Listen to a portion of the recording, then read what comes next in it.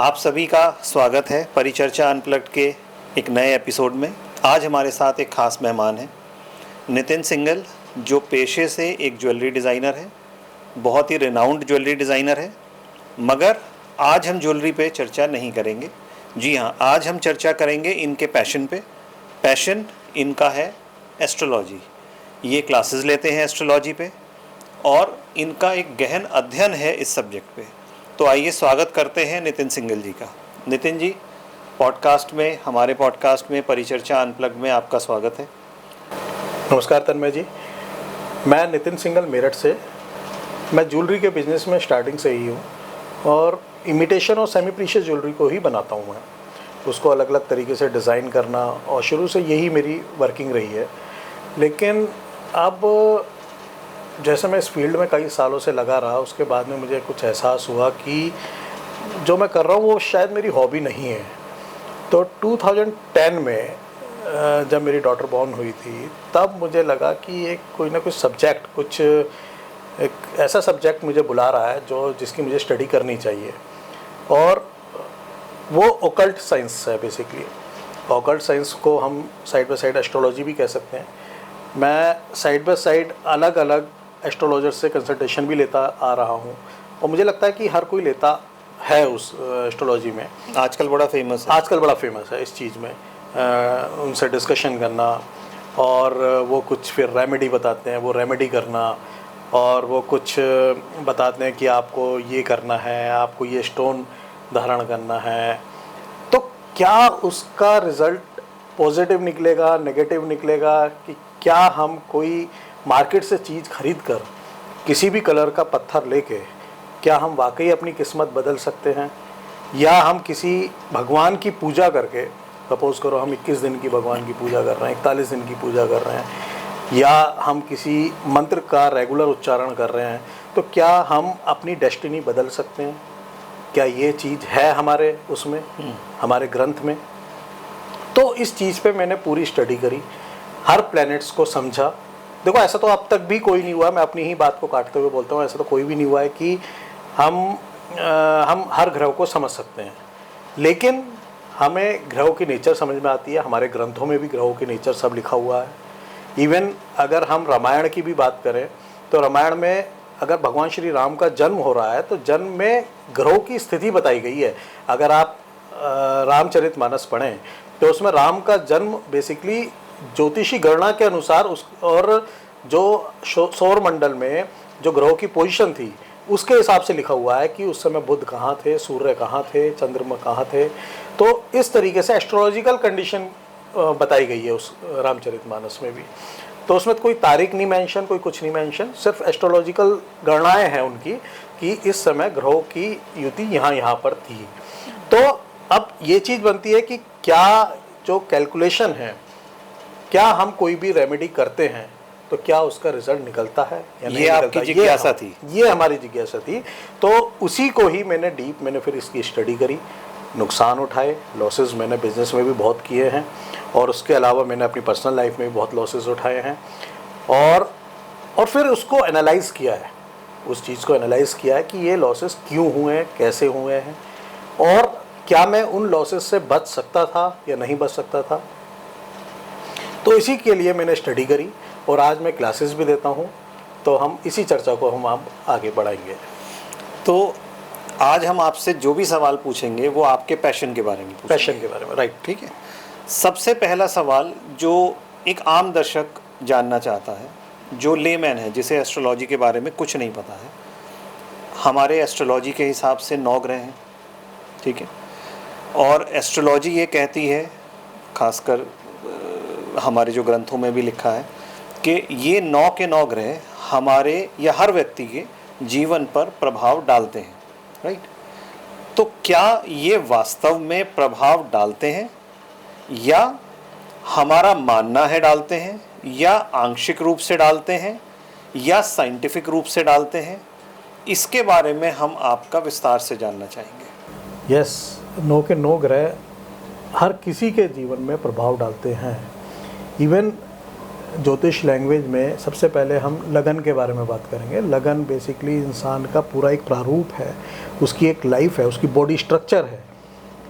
और उस लगन को देखकर हम लोग ये इमेजिन कर लेते हैं, या जो एस्ट्रोलॉजर होते हैं वो ये इमेजिन कर लेते हैं, ये बेसिकली इसकी नेचर क्या है, ये किस पर्सनैलिटी को बिलोंग करता है, इसके मन में क्या है, इसका मन सपोज़ करो इसका लगन लॉर्ड अगर किसी हाउस में चला गया, या लगन लॉर्ड किसी और ग्रह से प्रभावित हो रहा है, तो उसकी नेचर किस तरीके से चेंजेस हो रहे हैं, उसके मूड स्विंग कितनी तेज़ी से चेंज हो रहे हैं, ये सारा हम लगन के ऊपर से देखेंगे।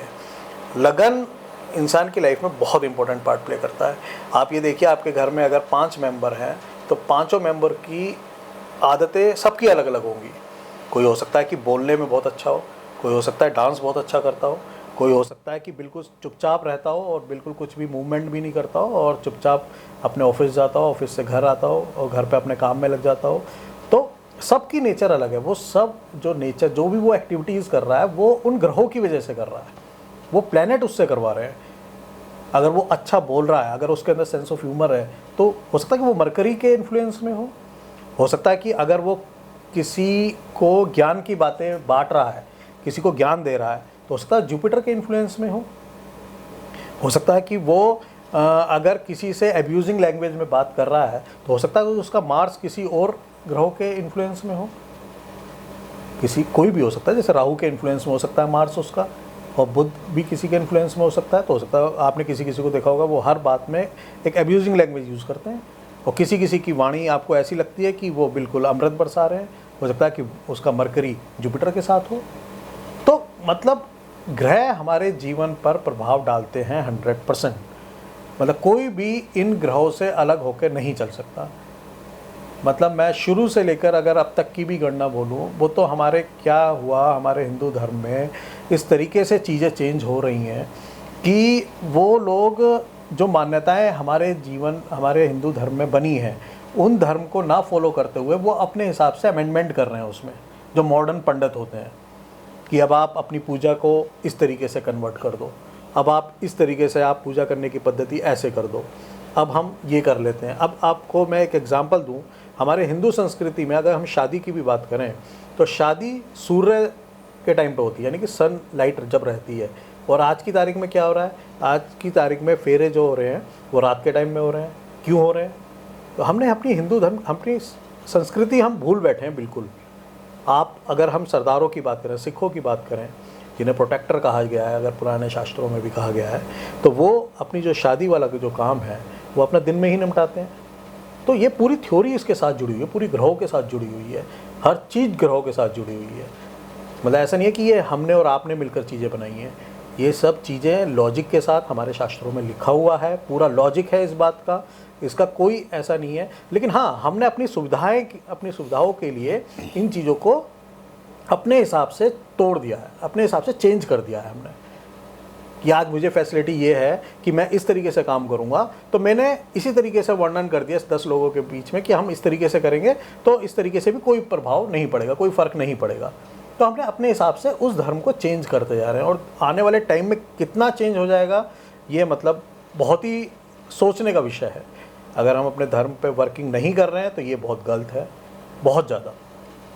तो नितिन जी, जैसा मैं समझ पा रहा हूँ, जो आपने अभी ग्रहों के रिलेशंस के बारे में बताया, या आपस में ग्रहों का जो प्रभाव है एक दूसरे पे वो पड़ता है आपके हिसाब से, और डेफिनेटली इंसान के ऊपर ग्रहों का प्रभाव पड़ता है जैसा आपने बताया। अब आपने जैसे अपने इंट्रोडक्शन में भी थोड़ा सा जिक्र इस बात का किया था कि आज के डेट में लोग एस्ट्रोलॉजर के पास 2 चीज़ों के लिए जाते हैं। एक तो फ्यूचर जानने के लिए, फ्यूचर ही जानने के लिए जाते हैं, पास्ट तो निकल ही चुका। प्रेजेंट को आज की डेट में लोगों को जानना चाहिए, मगर कोई जानना नहीं चाहता है ना। प्रेजेंट में तो कोई रहना नहीं चाहता आज की डेट में, हम फ्यूचर की बात करते हैं सबके सब। अब आप एस्ट्रोलॉजर पे जाते हैं तो सबसे पहले आप अपनी कुंडली देते हैं कि ये चीज़ बताइए, या हमारे बच्चे का भविष्य कैसा होगा, शादी कब होगी, लड़की कैसी होगी, यही चीज़ें तो पूछते हैं। और उसके बाद जब कोई नेगेटिव चीज़ सुनने में आती है, या एस्ट्रोलॉजर बताते हैं कि भाई आपका ये ग्रह ख़राब है, ये गलत इफेक्ट डाल रहा है नहीं डाल रहा है, वो एक अलग लॉजिक है, बट जो उन्होंने बताया एस्ट्रोलॉजर्स ने। और उसके बाद सबसे पहला क्वेश्चन आम आदमी का होता है कि गुरुजी अब तो आपको बताना है कि इसका उपाय, ठीक है। अब यहाँ आपने भी अभी इंट्रोडक्शन में यही बात कही थी कि अगर हम ग्रहों का प्रभाव है तो क्या इन ग्रहों के प्रभाव को किसी भी तरह से हम काउंटर कर सकते हैं, चेंज कर सकते हैं? मतलब मेरे सवाल के दो प्रारूप होंगे, फिर आप डिटेल में जवाब दीजिएगा। पहली बात तो क्या जो एस्ट्रोलॉजर्स बताते हैं कि हम ग्रहों के प्रभाव को चेंज कर सकते हैं किसी भी प्रकार के उपाय से, अब वो उपाय पूजा हो सकती है, साधना हो सकती है, या और भी बहुत सारी चीज़ें होती हैं, ठीक है, तो क्या ये संभव है कि ग्रहों का प्रभाव हो सकता है चेंज? नंबर 1।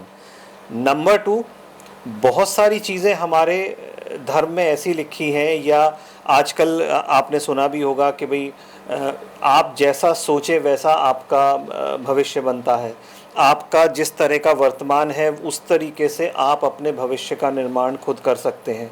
तो अगर भविष्य का निर्माण इंसान खुद कर सकता है तो फिर ग्रहों का प्रभाव का क्या लॉजिक है? मैं ये कहना चाहता हूँ कि, और मैं उस चीज़ को प्रूव भी करूँगा अपनी कही हुई बातों को, ऐसा नहीं कि मैं सिर्फ हवा में बात कर रहा हूँ। कोई भी किसी भी तरीके की रेमेडी, किसी भी तरीके का आपका जो पंडितों ने बताया है, पंडित मतलब बेसिकली मैं एस्ट्रोलॉजर कह रहा हूँ, जो आजकल नए नए एस्ट्रोलॉजर बन रहे हैं, वो कुछ भी टेक्निक से आपको रेमेडी बताते हैं कि आप ये चीज़ करो तो आप ये चीज़ कर लोगे, ये चीज़ कर लोगे, और उनको बेसिकली वे लोग निकम्मा बना रहे हैं। मैं इस तरीके से हार्श लैंग्वेज में बात करना चाहूँगा। कुछ भी करने से आप ब्रह्मा के लिखे सिद्धांतों को बदल नहीं सकते। जो ब्रह्मा ने एक बार लिख दिया है उसको आप बदल नहीं सकते। इस चीज़ के लिए मैं आपको हिस्ट्री में लेकर जाना चाहूँगा कि अगर हम पुराणों की भी बात करें, भगवान श्री राम ने अगर यहाँ पर अवतार लिया था, उनको खुद भी पता था कि वो एक अवतार है। अभी हम कुछ देर के लिए भूल जाते हैं वो अवतार है। वो जिस राजघराने में उनका जन्म हुआ, क्या उनको पता था कि वो इस तरीके से वन में जाएंगे? चलिए आप कहते हैं कि चलो उनको पता था, वो एक पर्पस के लिए गए हैं, लेकिन अभी कहना बहुत आसान है इस तरीके की बातें कि वो पर्पसली गए थे, लेकिन उस समय का मोमेंट देखिए कि हर इंसान ब्लैंक हो गया था जब उनको वनवास के लिए बोला गया था। अगर मैं इसको एस्ट्रोलॉजिकल पॉइंट ऑफ व्यू से कहूँ तो कर्क, उनका कर्क लगन था भगवान श्री राम का, और कर्क लगन में उनके जुपिटर प्लेस है। तो जुपिटर प्लेस है, उनके ऊपर चैलेंजेस आएंगे। वो मुझे अपनी वर्किंग, वो अगर मैं ग्रहों की टेक्निकल लैंग्वेज आपको बताने लगे तो ये पॉडकास्ट मुझे लगता है कि बहुत लंबा हो जाएगा। तो जुपिटर उनके लगन में था, तो बेसिकली उन पर उसने इस तरीके से इफेक्ट डाला कि उन्हें राजमहल छोड़ना पड़ा, उन्हें वनवास जाना पड़ा, अपना कर्म करना पड़ा। उन्होंने कभी एक जगह बैठकर ये नहीं बोला कि मैं भगवान हूँ, मैं यहीं बैठे बैठे रावण को वध कर दूंगा, यहीं बैठे बैठे मैं सारे असुरों को मार दूंगा। और जो वो मैसेज देना चाहते थे वो उन्होंने अपने कर्म से पूरा किया। क्या उस समय एस्ट्रोलॉजी नहीं थी? उस समय भी एस्ट्रोलॉजी थी, उस समय भी ग्रहों का विवरण था, उस समय भी ग्रह एक इस तरीके से रोटेट हो रहे थे जैसे आज हो रहे हैं। तो हर चीज़ चल रही थी, लेकिन सबसे पहले क्या था? सबसे पहले था कर्म प्रधान। कर्म किया उन्होंने। ग्रहों की पोजीशन चल रही है, वो हमारे ऊपर डिपेंड करेगा कि हम उस कर्म को किस तरीके से करते हैं, किस पॉजिटिव एटीट्यूड के साथ करते हैं। सपोज करो उन्हें वनवास भी मिला, तो वनवास में उन्होंने वनवास लिया, लेकिन उन्होंने अपने कर्म को कंटिन्यू किया। जब तक आप कुछ कर्म नहीं करेंगे तो उसका फल कैसे मिलेगा? उन्होंने वनवास गए, उन्होंने वहाँ पे सारे वर्किंग करी, जो भी उन्हें टास्क दिए गए थे, उन्होंने असुरों का भी वध किया, उन्होंने लंका भी पहुँचे, और किस किस की हेल्प से पहुँचे वो सब रामायण में विवरण है उस चीज़ का।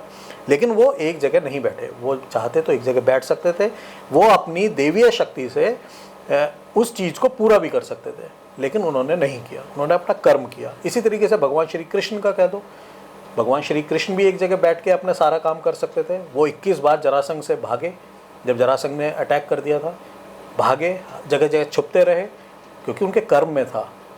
उन्होंने भी मानव अवतार में जन्म लिया, उन्हें भी सब कुछ पता था, मानव अवतार में जन्म लिया, लेकिन उन्होंने कर्म को कभी पीछे नहीं छोड़ा।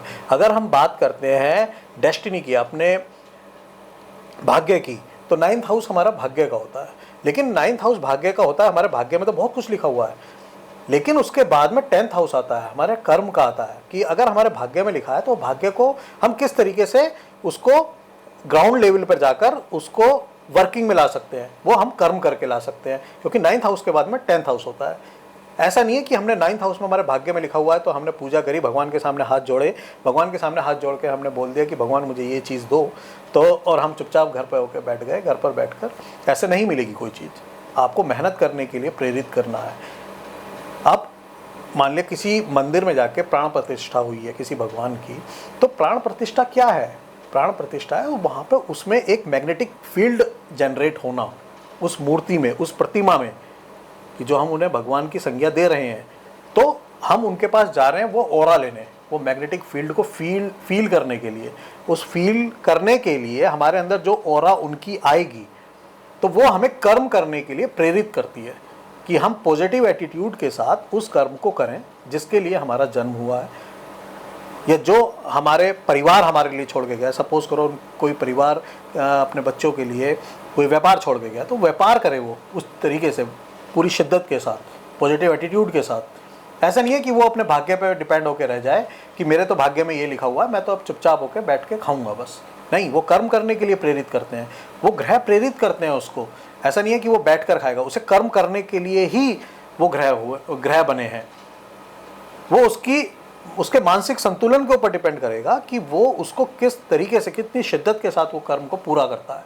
तो ग्रह बहुत ज़्यादा मैटर करते हैं इंसान की लाइफ को, उसको आगे कर्म प्रेरित करने के लिए। किसी भी तरीके की रेमेडी वो आपको पॉजिटिव फील देती हैं, किसी भी तरीके की। मान लिया सपोज किसी एस्ट्रोलॉजर ने आपको किसी स्टोन बता दिया है, तो स्टोन आपने पहन लिया तो वो कलर की वो पूर्ति कर रहा है, वो बेसिकली वो वाला कलर की कमी हो रही है, वो कलर की साइंस पूरी अलग है, वो हम अलग उसमें डिस्कस कर लेंगे।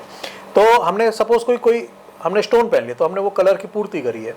तो ऐसा नहीं है कि हमने वो कलर स्टोन पहन लिया है तो अब हम घर पर जाकर बैठ जाएं, अब हमारे तो सारे काम बैठे बैठे हो जाएंगे। नहीं, हमें बेसिकली कर्म करना है, कर्म करके ही वो पूर्ति होगी।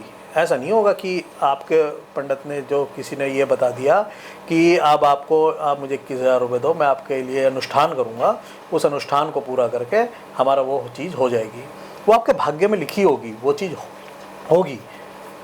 कोई एस्ट्रोलॉजर इस तरीके से होते हैं कि मान लिया कोई युति बन रही है, तो युति बनने से पहले उनको बोल दिया कि जैसे अभी मेरे नॉलेज में आए थे कुछ लोग, तो उनकी डॉटर की मैरिज नहीं हो रही थी, तो पंडित ने देखा और एस्ट्रोलॉजर ने देखा, तो उन्होंने बोला कि आप इस तरीके से बृहस्पतिवार के व्रत रख लीजिए और 5 व्रत रखो आप, और उसके बाद में एक पुखराज पहन लो, तो आपकी बेटी की शादी हो जाएगी। तो मैंने भी उसकी कुंडली देखी, तो अच्छा उसकी शादी हो चुकी थी जब वो मेरे पास आए थे। तो उन्होंने कहा वो पंडित, उन्होंने तो ऐसे बोला था।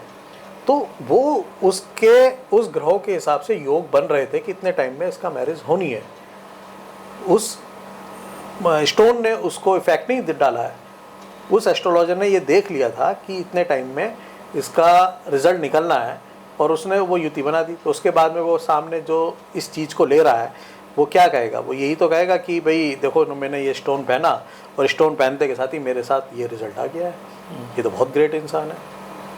वो होना है वो, लेकिन अब ये नहीं कि आप कर्म करना बंद कर दें, इस तरीके से होता है। सपोज़ कोई बहुत ज्ञानी एस्ट्रोलॉजर है, उसने पत्री देखी, और सपोज़ वो बहुत अच्छा पत्री देखना जानता है, हम तो यही मान के चलते हैं अगर एस्ट्रोलॉजर है तो अच्छा ही जानता होगा। तो आपके अनुसार उसने जो भी एक सॉर्ट ऑफ उपाय बताए हैं, चाहे वो स्टोन है, चाहे वो पूजा है, अगर वो शख्स नहीं भी करते ये चीज़ें, अपना नॉर्मल कर्म करते रहते, तो भी एक किस्म से जैसा आपने बताया कि वो शादी उस टाइम पर होनी ही थी। तो एक किस्म से ये जितने भी उपाय हैं, जितनी भी चीज़ें बताई जाती हैं, ये एक किस्म से, मुझे वर्ड यूज़ करते हुए थोड़ा सा अजीब लग रहा है, बेसिकली ये बिज़नेस है एस्ट्रोलॉजर्स का। हालांकि बिज़नेस करना कोई गलत बात नहीं है, ठीक है, मगर उपाय जो हैं वो ग्रहों की चाल और ग्रहों के आपके ऊपर जो प्रभाव है उसको असर नहीं डालते हैं आपके हिसाब से। मगर जितना मैं और समझ पाया हूँ कि आपका जो भाग्य है वो बेसिकली आपके कर्म से बनता है, इस बात को आप भी मानते हैं। ऐसा नहीं है कि अगर किसी ने ये कहा देख के कि भाई मेरे भाग्य में राजयोग है तो वो घर बैठे राजयोग आ जाएगा। एक किस्म से जैसे कहते हैं कि भाई बैटरी को जैसे चार्ज करना पड़ता है, ऐसे ही आपको अपने भाग्य को चार्ज करना है कर्म से। यही तो आप मानना चाहेंगे, बिल्कुल धनुष, बिल्कुल। है ना? तो अब मैं ये ज़रूर जानना चाहूँगा इसके बाद, अब अगर हम उपायों की बात तो हमने बता दी कि ठीक है, अपने मन को तसल्ली देने के लिए लोग अंगूठियाँ भी पहनते हैं, कुछ लोगों को शौक़ होता है पहनने का तो इसलिए पहन लेते हैं, कुछ लोग कलर की पूर्ति के लिए पहन लेते हैं कि चलो थोड़ा बहुत जो भी कलर की पूर्ति है, वो तो हम आपसे अगले पॉडकास्ट में बात करेंगे कलर के बारे में। मगर अल्टीमेटली आप एक ब्रॉड स्टेटमेंट अगर दे रहे हैं तो वो ये है कि फ़िलहाल उपायों से भाग्य नहीं बदलता, ये एक मोटा मोटा है, ठीक है। अब हम बात करते हैं अगले सवाल पे कि जैसे कुछ पर्टिकुलर ग्रह जो इंसान के जीवन पर ज़्यादा प्रभाव डालते हैं, कुछ कम डालते हैं, या आपके हिसाब से सारे बराबर डालते हैं, आप एग्जाम्पल से समझा सकते हैं। तो इस टाइप से क्या कुछ ऐसे, जैसे हम लोग एस्ट्रोलॉजर पे जाते हैं तो बहुत सारे ग्रह ऐसे हैं जिनका डर ज़्यादा दिखाया जाता है, जैसे राहु का, केतु का और शनि का, ये 3 जो हैं ये विलेन ग्रह बताए जाते हैं, और बाकी जितने भी ग्रह हैं वो अच्छे हो ख़राब हो कोई फ़र्क नहीं पड़ता, ऐसा बताया जाता है ना? तो इसके बारे में थोड़ी रोशनी डालें। अनुज जी, ये बिल्कुल सही बोल रहे हैं आप, लेकिन अब इसका आंसर देने का तरीका अलग हो गया है। अब इसमें क्या है, आपने जैसे ये पूछा है कि क्या रेमेडीज़ सारी बेकार होती है, मैं कहता हूँ नहीं। मान लीजिए किसी की आप कुंडली आप स्टडी कर रहे हैं, कुंडली स्टडी करने के बाद में आपको बेसिकली उसे गाइड करना है। क्या करना है, गाइड में भी हम जो काम कर रहे हैं वो जुपिटर का काम कर रहे हैं। जुपिटर क्या है, जुपिटर आपको सही गाइडेंस देना है। सपोज करो कि आप अपने ही पास एक ड्राइवर रखते हैं, तो ड्राइवर क्या है, बेसिकली क्या कर रहा है ड्राइवर? ड्राइवर आपको रास्ते की नॉलेज दे रहा है। आप तो पीछे बैठे हुए हैं, ड्राइवर जैसे भी गाड़ी चलाएगा आप उसी के पीछे ही तो बैठे हुए हैं। वो तेज़ चलाए तब भी आप तेज़ जा रहे हैं, धीरे चलाए तब भी वो धीरे जा रहे हैं। तो बेसिकली अगर आपका जुपिटर सही है तो आपके घर में जुपिटर, वो आपके घर में ड्राइवर रुकेगा। ये भी एक साइंस है। आपने किसी के यहाँ देखा होगा कि उसके घर ड्राइवर ही नहीं रुकते, जबकि वो अफोर्ड कर सकता है लेकिन ड्राइवर रुकते ही नहीं उसके यहाँ, क्योंकि जुपिटर ख़राब है उसका, क्योंकि नेचर उसकी। तो वो रास्ता बता रहा है, वो बेसिकली सही रास्ता बता रहा है आपको। हमें किस तरीके से इसको, किस तरीके से कंसल्टेशन देनी चाहिए, ये मैं आपको बताना चाहूँगा। सपोज़ करो किसी का, अगर हम नेटल चार्ट के बारे में बात करें, अगर हम गोचर के बारे में बात करें, ट्रांजिट के बारे में, तो नेटल चार्ट के ऊपर और ट्रांजिट लगाते हैं अगर हम, तो शनि और केतु, अगर हम ये 2 ग्रह को पकड़ लेते हैं अभी, शनि और केतु बहुत खतरनाक ग्रह हैं और बहुत अच्छे ग्रह हैं। सब अच्छे ग्रह, कोई खतरनाक ग्रह नहीं होता, कोई अच्छे ग्रह नहीं होता, सब इक्वल होते हैं। कौन सा ग्रह कब आपको रिटर्न में आंसर कर रहा है या एक्टिविटी करा रहा है, वो इम्पोर्टेंट पार्ट प्ले करता है, या आप क्या रिएक्शन देते हैं उसके रेस्पॉन्स से, ग्रहों के रेस्पॉन्स से। तो ये हर कोई जानता है, सैटर्न और केतु एक बेसिकली, जब भी मान लिया नेटल चार्ट पे अगर ट्रांजिट लगाया जाए तो सैटर्न और केतु एक आइसोलेशन टाइप देते हैं। मतलब एक कोई भी इंसान अकेलेपन में रहना चाहेगा या अपने आप से बातें करना चाहेगा, या उसे मतलब भीड़ भाड़ पसंद नहीं होगा उसे उस समय के टाइम पर। और आपने ये भी नोटिस किया होगा कि ऐसा नहीं है कि जो हमारा आज मूड है, जो हमारी आज प्रायोरिटी है, हो सकता है 2 साल बाद वो बदल जाए, 3 साल बाद वो बदल जाए। ऐसा तो नहीं है कि आपकी 3 साल पहले प्रायोरिटी कुछ और थी और 3 साल बाद आपकी वही प्रायोरिटी रहे। वो ग्रहों के हिसाब से चेंज होती है, वो ट्रांजिट के हिसाब से चेंज होती है। जैसे जैसे प्लैनेट्स ट्रांजिट कर रहे हैं और किसी के ग्रह के ऊपर, नेटल चार्ट के ऊपर से ट्रांजिट कर रहे हैं, तो आपकी नेचर भी चेंज होगी। ऐसा नहीं है कि आपकी नेचर 3 साल पहले भी वही थी और आज भी वही है और 3 साल बाद भी वही होगी, ऐसा नहीं है। तो बेसिकली अच्छे एस्ट्रोलॉजर को ये कंसल्टेशन देनी चाहिए कि अगर वो आइसोलेशन में है तो आइसोलेशन में उसे क्या करना चाहिए। वो परेशान है, वो एस्ट्रोलॉजर के पास गया है, वो बोल रहा है कि सर आज मेरा ये चीज़ हो रही है मेरे साथ, मैं किसी से बातें करना पसंद नहीं कर रहा, मैं अपने घर में बिल्कुल अलग सा रहने लगा हूँ, या मेरा मन करता है कि मैं अलग रहने लगूँ, मैं पहाड़ों पे जाके रहने लगूँ, मैं समुद्र के पास जाके रहने लगूँ, मैं फैमिली से मतलब नहीं रखना चाहता इतने टाइम के लिए। आप मतलब नहीं रखना चाह रहे, मैं सपोज़ करो आप घर में अलग कमरे में आइसोलेट होकर रहोगे, तो आप उन्हें सजेस्ट करो कि आप अगर उसके साथ बुध की युति बन रही है तो आप उनको सजेस्ट करो कि आप बुक क्यों नहीं लिख रहे हो,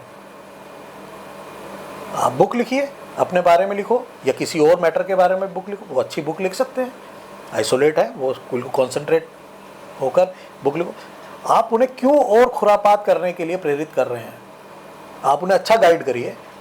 अगर आप वो चीज़ जो उसका मेन प्रोफेशन है वो चीज़ वो ठीक से नहीं कर पा रहा है तो आप कुछ और सजेस्ट कर सकते हैं अकॉर्डिंग टू प्लैनेट्स।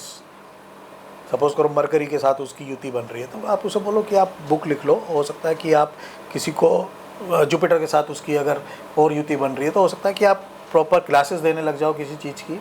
तो वो कुंडली देखकर ही पता चलती है, और लेकिन उसको प्रॉपर गाइड किया जाना चाहिए कि उनको कर्म भी उसी डायरेक्शन में करना चाहिए। ये चीज़ है, ऐसा नहीं है कि हम उसको डरा दें उसी चीज़ के लिए हम, क्योंकि देखिए ये तो एक जिगजैग लाइन है। अगर किसी का ऊपर जा रहा कोई इंसान वो नीचे भी आएगा, और नीचे जा रहा है तो वो ऊपर भी जरूर जाएगा। ऐसा कुछ नहीं है कि बिल्कुल एक ही लाइन चल रही है हमारी लाइफ में। आप किसी की भी आप हिस्ट्री उठा के देख लें, किसी भी महापुरुष की उठा के देख लो, हमारे भगवान देवी देवताओं की उठा के देख लीजिए आप, तो एक सिंगल लाइन बिल्कुल स्ट्रेट लाइन किसी की भी नहीं गई लाइफ में। किसी की लाइफ में उन्होंने सुख भी देखा है, दुख भी बहुत देखे हैं, सुख भी देखा है, दुख भी बहुत देखे हैं। हर चीज़ हुई है उनकी लाइफ में। प्लैनेट्स ने उन्हें सब कुछ दिया है, सब युति दी है। मतलब हमारे अगर चार्ट हम देखते हैं तो हम लगन कुंडली देखते हैं, हम चंद्रमा कुंडली देखते हैं, हम फिर नवमांश देखते हैं, D9 चार्ट जो नवा हिस्सा होता है वो भी देखते हैं, फिर हम महादशा देखते हैं कि इसकी महादशा क्या है, उसको फिर हम ट्रांजिट पे लगा कर देखते हैं। तो मतलब ऐसा नहीं है कि एकदम हमने जज कर लिया कि हमने लगन कुंडली देखी और हमने बोलना शुरू कर दिया कि आपको तो ये दिक्कत है, ये दिक्कत है, ये दिक्कत है, आप इस तरीके से घर में बैठ जाओ, आप ये कर लो, वो कर लो, उसे वो डरा दो। नहीं, उसे डराने का काम नहीं है। हमें बेसिकली उसको उस मोड़ पर लेकर आना है कि उसे और किसी चीज़ के लिए प्रेरित करना है, उसे मोटिवेट करना है, उसके अंदर एक ऐसी ऑरा का संचार करना है, एक ऐसी ऊर्जा भरनी है उसके अंदर कि वो अपनी उस ऊर्जा को यूज़ करके वो किसी और काम में लगे, वो पॉजिटिव डायरेक्शन में लगे, कर्म करे। कि जो वो आज कर्म करेगा, मान लिया उसका रिजल्ट आज नहीं मिलेगा, मुझे पता है कि जब तक वो सैटर्न केतु की युति बन रही है तब तक उसका रिजल्ट नहीं बनेगा, लेकिन मुझे ये भी पता है कि वो सैटर्न केतु की युति जिस समय भी खत्म होगी तो उसका रिजल्ट इतना अच्छा आने वाला है कि वो उसको पूरी लाइफ उसको अच्छी तरीके से फीलिंग देगा, अच्छी तरीके से अर्निंग देगा। मतलब वो पूरी लाइफ उस मोमेंट को याद रखेगा जिस मोमेंट में उसका बुरा टाइम था, वो आइसोलेट रहता था। तो हमें बेसिकली किसी भी इंसान की कुंडली देखकर हमें उसको सही डायरेक्शन के लिए मोटिवेट करना है कि आप इस डायरेक्शन में चलें और ऐसे करें।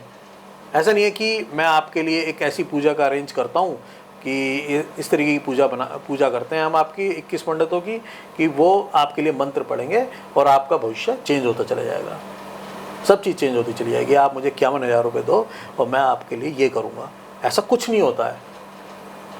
वो तो इंसान पैसे दे के चला गया। मैं तो देख रहा हूँ आज के इस समय सोसाइटी में यही हो रहा है कि वो पैसे दे के चला जाता है, उसके बाद में वो फिर मंत्र पढ़े जा रहे हैं, नहीं पढ़े जा रहे, वो तो सबको पता है। चलो पढ़े भी जा रहे हैं, ये बड़ा बोल्ड स्टेटमेंट है। ये बोल्ड स्टेटमेंट मैं कहना चाहूँगा क्योंकि आजकल जो हमारा धर्म है वो बिल्कुल गलत डायरेक्शन में चल रहा है। गलत डायरेक्शन में आप क्यों दे रहे हैं दूसरों को पैसे? आप खुद क्यों नहीं मंत्र पढ़ सकते?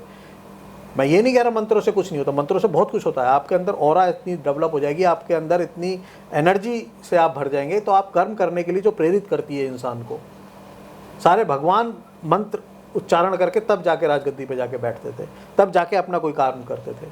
लेकिन आप दूसरों को पैसे दे के आप उसका मंत्र उच्चारण करवा रहे हैं, ये बिल्कुल गलत है। मैं बिल्कुल उसके फेवर में नहीं हूँ। आप खुद करिए कुछ, खुद वो आपको कर्म करने के लिए प्रेरित करेंगे। जो भी आपके प्रॉब्लम्स आ रही है वो प्रॉब्लम्स को दूर करने के लिए वो चीज़ आपके अंदर इतनी ऊर्जा का संचार हो जाएगा कि आप किसी भी तरीके की परेशानी आएगी आप उससे अच्छे तरीके से लड़ेंगे, उस कर्म को अच्छे तरीके से करेंगे, आप डट के करेंगे। और उसके बाद में रिजल्ट क्या निकलेगा? जब वो टाइम वाला जो टाइम उनका जो टिपिकल टाइम था, वो जो जिस तरीके की युति मैं आपसे बात कर रहा हूँ, उस युति को निकलने के बाद में उसका रिजल्ट पॉजिटिव आएगा। यानी कि अगर हम इसको ऐसे इंटरप्रेट करें कि ख़राब और अच्छा कोई ग्रह नहीं होता। अगर सपोज़ आपका फॉर एग्ज़ाम्पल जैसे आपने अभी शनि और केतु की बात की, तो यानी उनके साथ कोई ना कोई एक ग्रह और चल रहा होगा, या ये भी हो सकता है कि अगर 2 ग्रह अनफेवरेबल हैं तो तीसरा ग्रह फेवरेबल हो सकता है। तो यानी एक किस्म से जिस समय आपके एक रेगुलर काम में कोई रुकावट आई है, सपोज़ किसी भी ग्रह की वजह से, तो कोई ना कोई दूसरे ग्रह में एक रास्ता पॉजिटिव निकल रहा होगा, और एस्ट्रोलॉजर्स को वो पॉजिटिव रास्ता गाइड करना चाहिए, ताकि हम अपना कर्म उस हिसाब से करें कि अगर इमीडिएटली रिजल्ट नहीं भी मिल रहा है तो नियर फ्यूचर में रिजल्ट मिल जाए। एग्जैक्टली धर्मेश जी, मैं यही कहना चाहूँगा, जैसा आपने बोला कि हर कोई जो ब्लेम करता है राहु केतु और शनि को ब्लेम कर देता है, लेकिन और ग्रहों के बारे में बात नहीं करता है। जुपिटर को सब अच्छा मानते हैं, लेकिन मैं आपको आपकी नॉलेज के लिए एक बात और डाल देता हूँ कि अगर ख़राब जुपिटर है किसी का तो वो कैंसर तक की बीमारी दे सकता है। क्या आप सोच सकते हैं कि जुपिटर जैसा ग्रह कैंसर, लंग्स में इन्फेक्शन डाल सकता है जुपिटर। मतलब ये प्लैनेट्स इस तरीके से आपको परेशान कर सकते हैं कि मतलब हम लोग सोच भी नहीं सकते। बुध जो जिसको हम इग्नोर करके चलते हैं, बुध आपके अंदर इतनी पावर दे सकता है।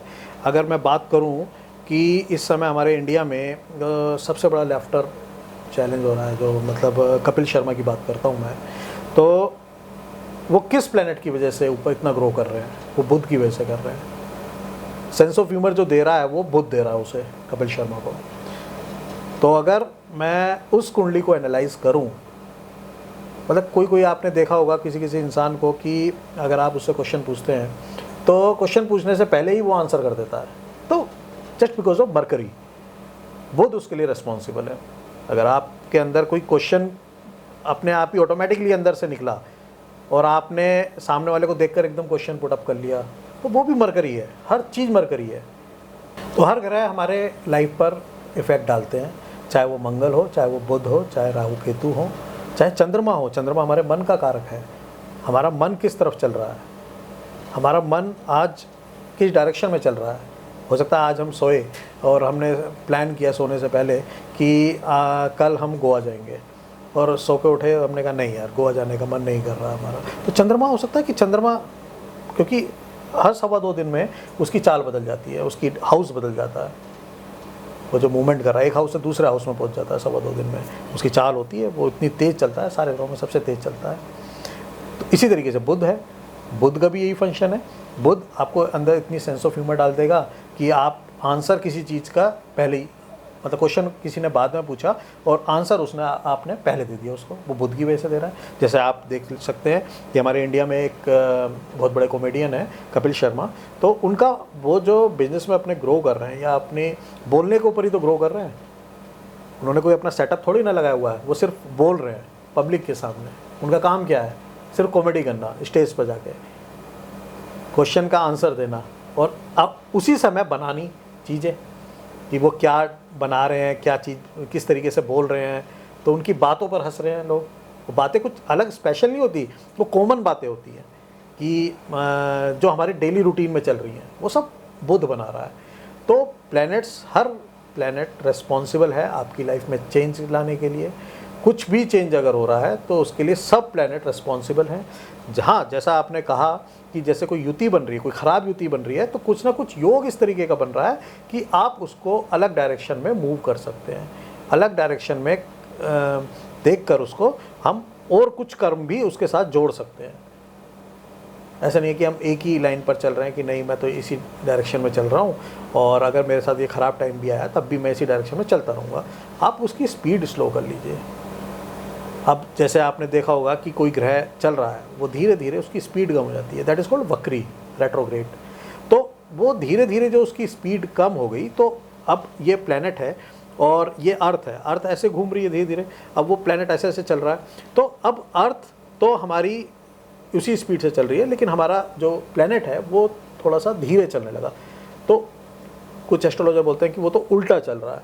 वो उल्टा नहीं चलता, उसकी स्पीड कम हुई है। कोई ग्रह उल्टा नहीं चलता, उसकी स्पीड कम हुई है। वो बेसिकली जो अर्थ है वो अपनी एक्सिस पे लगातार घूम रही है, तो इसलिए उस प्लैनेट की डिग्री कम हो जाती है उस फॉर द टाइम बीइंग। जैसे इस समय सैटर्न रेट्रोग्रेड है और जुपिटर भी रेट्रोग्रेड चल रहा है,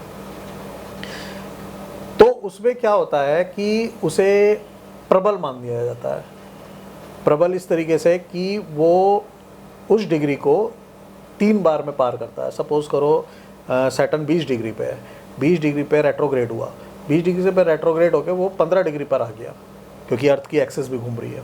तो 15 डिग्री पे आके यानी कि 20 से 15 आया और 15 से फिर से 20 पे जाएगा, यानी कि उस मोमेंट पर 15 से 20 डिग्री वाले मोमेंट पर जो भी एक्टिविटीज़ हुई हैं इंसान की लाइफ में, उसके चांसेस ज़्यादा बढ़ जाते हैं। वो इतनी तरीके से बढ़ जाती हैं। मान लिया किसी की लाइफ में बहुत ज़्यादा दुख झेलने लिखे हुए हैं, मतलब कुछ ना कुछ प्रॉब्लम आ रही है, तो वो प्रॉब्लम इस टाइम पीरियड में डबल और ट्रिपल टाइम्स आएंगी इस टाइम। और किसी को अगर कोई बेनिफिट हो रहा है तो इस वाले टाइम पीरियड में वो बार बार वो चीज़ रिपीट होंगी, 3-3 बार रिपीट होंगी।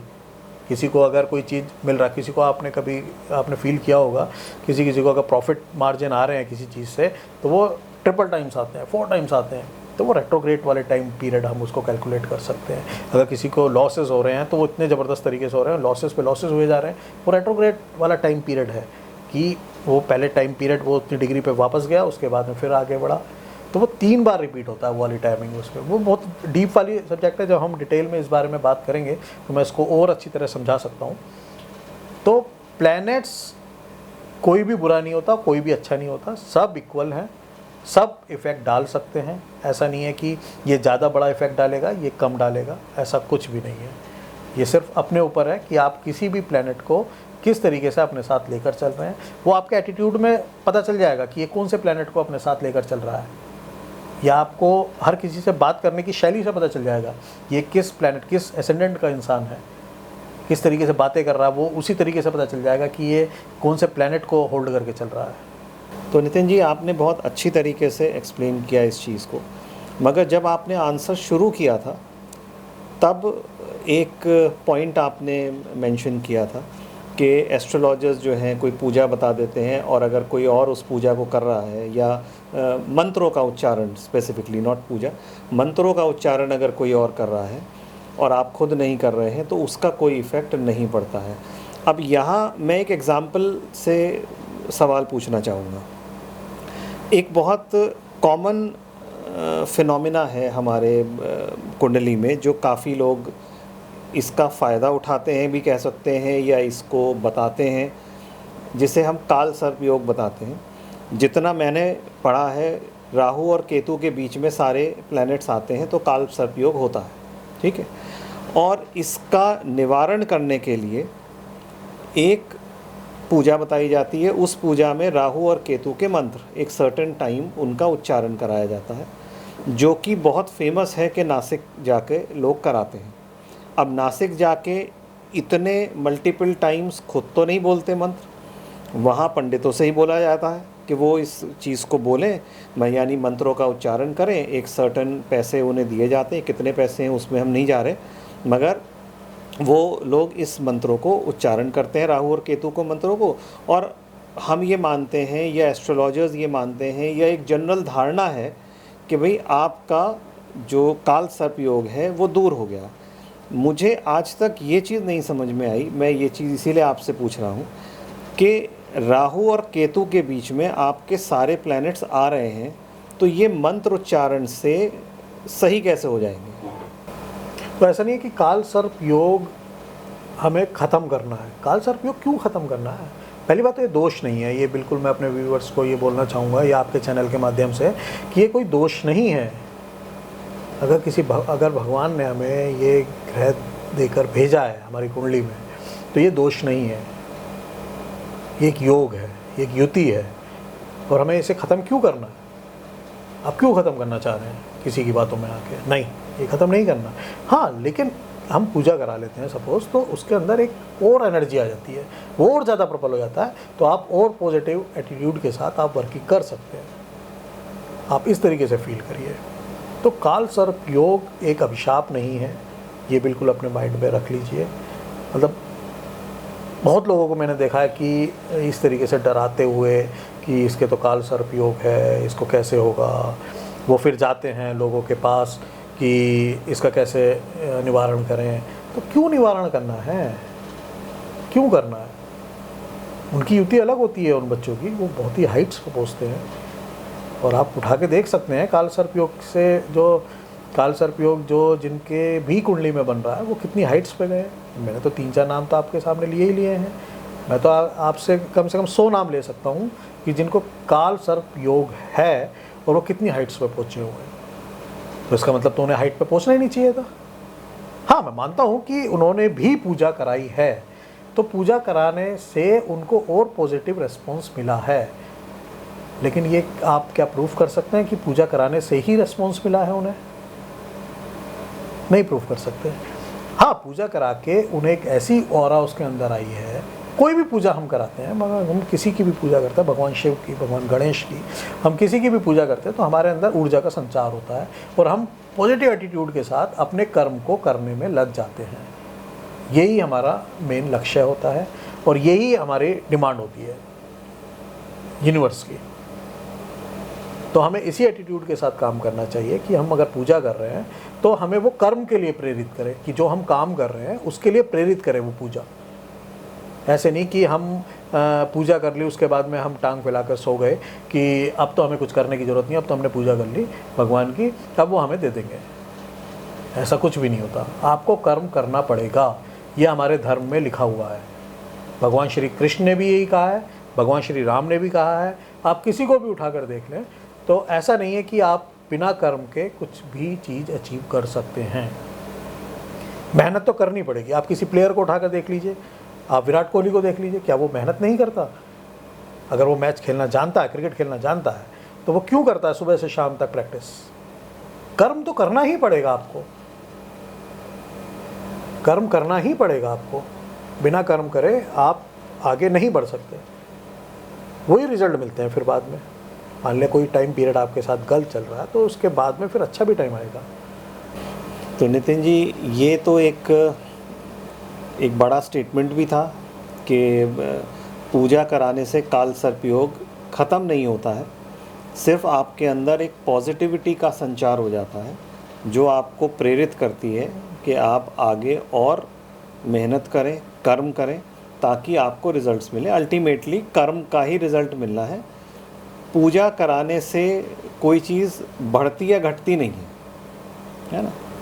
अच्छा, अब इसी से एक थोड़ा सा रिलेटेड सवाल है मेरा कि अगर हम काल सर्प योग को लें तो उसमें हम मंत्र पढ़ते हैं राहु और केतु के, और भी बहुत सारे रेमेडीज़ हैं।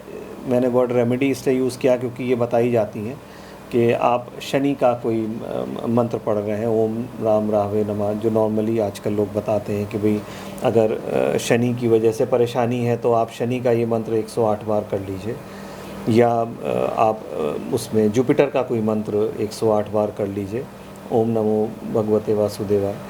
तो अब ये जो मंत्र हैं ये तो एस्ट्रोलॉजर्स ने लिखे नहीं हैं खुद, ये तो हमारे ग्रंथों में लिखे हैं, और ग्रंथों में लिखे हैं तो नेचुरली उच्चारण करने के लिए लिखे हैं। ठीक है, अब उच्चारण करने के लिए लिखते हैं तो इनसे कुछ ना कुछ होता ज़रूर होगा, तभी तो उच्चारण कराया जाता है। 108 बार कराया जाता है। चलो वो 108 वाली बात तो बाद में देखेंगे कभी अगले पॉडकास्ट में, क्योंकि वो तो फिर नंबर्स का गेम आ जाता है। मगर उच्चारण करने से, मंत्रों का उच्चारण करने से मंत्र सिद्ध हो जाते हैं। आपको आपका एक ऑरा आपके चारों तरफ क्रिएट हो जाता है। तो ये एक किस्म से मंत्र जो हैं इंसान की लाइफ पे आपके हिसाब से क्या इफ़ेक्ट डालते हैं, पहली चीज़, और क्या मंत्रों का जो इफ़ेक्ट है और प्लैनेट्स का जो इफ़ेक्ट है वो आपस में कोरिलेटेड है या नहीं। ये मैंने पुराने स्टेटमेंट में भी बोला है कि मंत्रों का उच्चारण करना कोई गलत काम नहीं है। मंत्रों का उच्चारण सही चीज़ है। आपके अंदर पॉजिटिव एनर्जी आती है, आपके अंदर ऑरा क्रिएट होती है, आपके अंदर इस तरीके से फोर्सफुली ऐसी एनर्जी क्रिएट हो जाती है कि आप वो काम को बहुत अच्छे तरीके से करते हैं।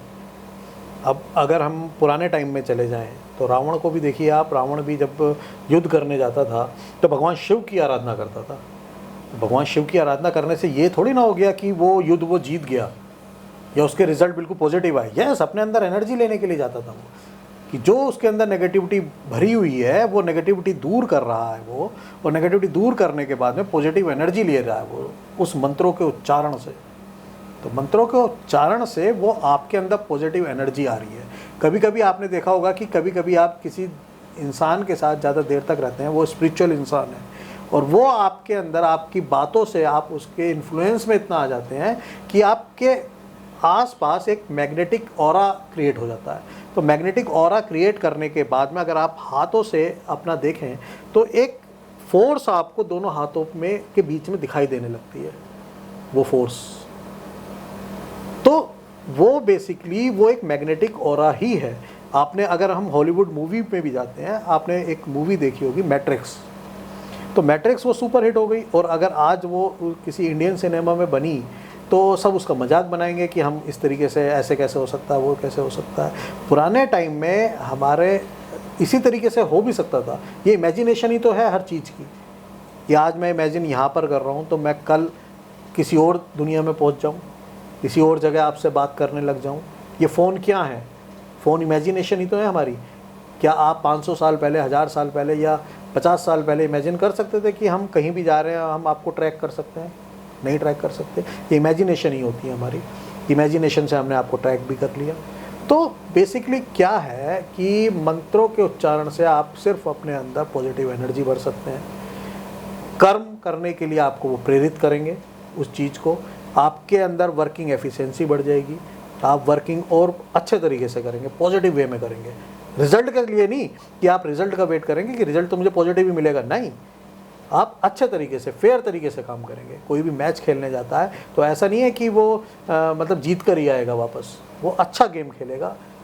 ये चीज़ उसको प्रेरित करती है कि मुझे अच्छे अपनी तरफ से 100% देना है, तो वो चीज़ उसको प्रेरित करती है।